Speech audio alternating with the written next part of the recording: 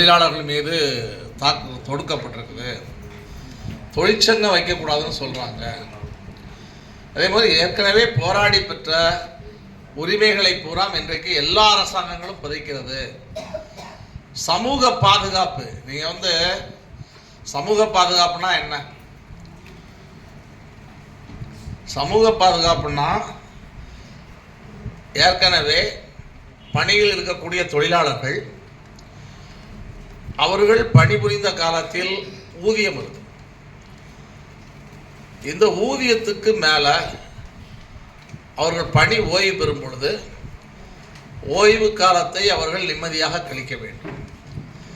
ஓய்வு காலத்தை நிம்மதியாக கழிக்க வேண்டும் என்றால் அதுக்கான சில சோசியல் செக்யூரிட்டி ஸ்கீம் இருக்குது. வருங்கால வைப்பு நிதி சட்டம், பணிக்கொடை பட்டுவாடா சட்டம், ஓய்வூதியம். இந்த வருங்கால வைப்பு நிதி சட்டம், பணிக்கொடை பட்டுவாடா சட்டம், அதே போல் ஓய்வூதியம், இவையெல்லாம் ஒரு காலத்தில் கிடையாது. ஒரு காலத்து தொழிலாளர்கள் இதையெல்லாம் வேண்டும் என்று போராட்டம் நடத்துகிறாங்க. இன்றைக்கு நாம் போராடி எந்த சட்டத்தையும் வாங்கலை. இன்றைக்கு இருக்கக்கூடிய தொழிலாளிகள் போராடி எந்த சட்டத்தையும் வாங்கினார்கள்? நம்ம தலைவர் எஸ்.ஏ. தங்கராஜன் சொல்லி திண்டுக்கல் நம்முடைய சிஐடியுடைய மாநில உதவி தலைவராக இருந்தார். அவர் இறந்து போயிட்டார். திண்டுக்கல்லில் தோல் பதனிடும் தொழிலாளர்கள் இருக்காங்க. அந்த தோல் பதனிடும் தொழிலாளர்களை சங்கமாக திரட்டியதில் எஸ்.ஏ. தங்கராஜனுக்கு மிக முக்கியமான பங்கு என்பது இருக்குது. கடைசி வரைக்கும் அந்த சங்கத்தினுடைய பொதுச் செயலாளர் இருந்தார். அதே மாதிரி தமிழ்நாடு முழுவதும் இருக்கக்கூடிய உள்ளாட்சித்துறை ஊழியர்களையும் சங்கமாக அணிதிரட்டினார்.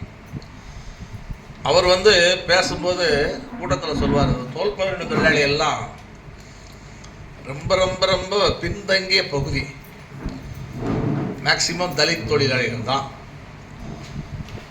அவர்களுக்கு எந்த விதமான உரிமையும் கிடையாது. அவர் என்ன சொல்வார்னா, நாங்கள் 1940-45 காலத்தில் 50லே சங்கம் ஆரம்பிச்சிட்டாங்க. 50ல் நாங்கள் சங்கம் ஆரம்பிக்கும் போது தோல் பதனிடும் தொழிலாளிகளை பார்த்து நமக்கு போனஸ் வேணும், முதலாளிகளிடம் போனஸ் கேட்டு கோரிக்கை வைக்க வேண்டும் அப்படின்னு பேசுவோம். தொழிலாளர்கள் எங்கள்கிட்ட என்ன கேட்டாங்கன்னா, போனஸ்னால் என்ன தலைவர அப்படின்னு கேட்டாங்க. போனஸ்னால் முதலாளி வாங்கக்கூடிய லாபத்தில் பங்கு அப்படின்னு சொன்னோம். தொழிலாளின்னா அது எப்படி முதலாளிகிட்ட போய் லாபத்திலாம் போய் பங்கு கேட்பீங்க? முதலாளிகிட்ட இதெல்லாம் கேட்க முடியுமா? கேட்கறது தப்பு அப்படின்னு தொழிலாளிகள் பேசினாங்க. முதலாளிகிட்ட லாபத்தில் போய் பங்கு கேட்கறது தப்பு. ஏதோ மகாராஜா நமக்கு கருணை அடிப்படையில் வேலை கொடுத்துருக்கிறாரு, அவர்கிட்ட போய் பங்கெல்லாம் கேட்குறீங்களா தலைவரை?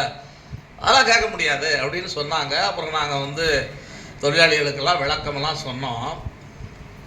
அவர் பேசின காலம் ஒரு 2000-2001 அந்த கூட்டத்தில் பேசினார். இந்த வருஷம் நான் போனஸுக்கு கோரிக்கை வச்சேன். அதே தொழிலாளி 30% கம்மியாக வாங்கக்கூடாதுன்னு கேட்குறான். போனஸ் கேட்பதே தப்புன்னு சொல்லி சொன்ன தொழிலாளி 30% கம்மியாக போனஸ் வாங்கக்கூடாதுன்னு சொன்னாங்க. இப்போ இந்த வருஷம் அவங்களுக்கு 23% போனஸ் தோல் பதனிடும் தொழிலாளிக்கு. தோல் பதனிடும் தொழிலாளி என்ன சம்பளம் வாங்குவாங்க? ஒரு நாள் சம்பளம் 400 ரூபா 500 ரூபா தான். 23% போனஸ். எவ்வளோ போனஸ் வாங்கியிருப்பாங்கன்னு நினைக்கிறீங்க?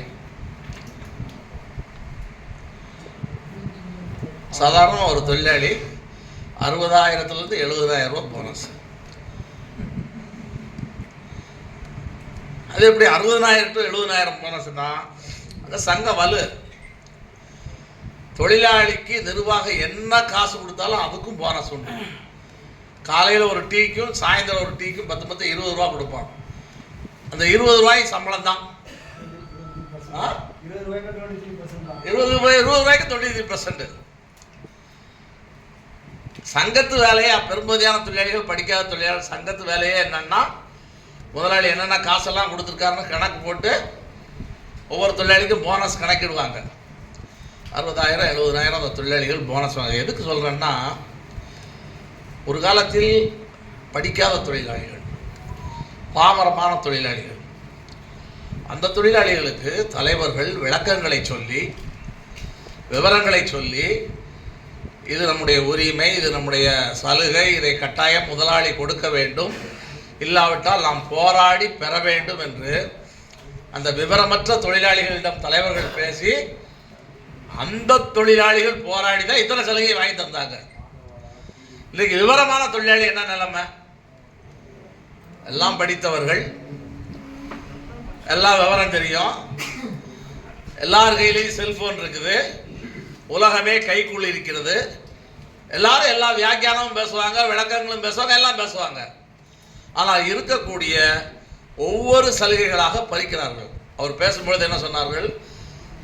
சலுகைகளை பறிக்கல, நீ இன்னைக்கு உன்னுடைய எதிர்கால வாழ்க்கையை மட்டும் இந்த அரசாங்கங்கள் பறிக்கவில்லை, உங்கள் குழந்தைகளுடைய எதிர்காலத்தையும் பறிக்கிறார்கள், நம்முடைய எதிர்கால சந்ததியினுடைய எதிர்காலத்தையும் பறிக்கிறார்கள் அப்படின்னு பேசுறாங்க.